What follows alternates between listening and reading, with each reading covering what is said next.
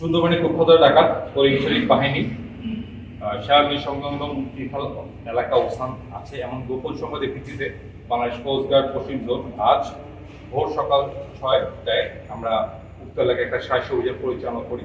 94% চিনিযুক্ত orange drinks না, নিন zero ক্যাল orange drink powder.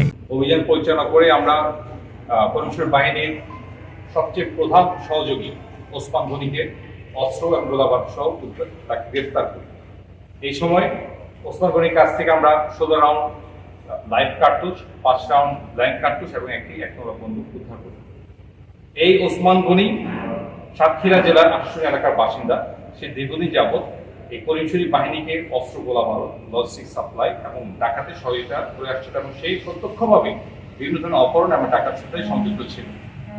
বর্তমানে আটককৃত গোলাবারুদ এবং আসামিকে পরবর্তী আইন গ্রহণের কার্যক্রম প্রক্রিয়া। আমি আপনাদের মাধ্যমে সুন্দরবনে সকল ডাকাত থেকে এই মেসেজটা পৌঁছাতে চাই যে সুন্দরবনে আমরা ডাকাতদের বিরুদ্ধে জিরো টলারেন্স গ্রহণ করেছি।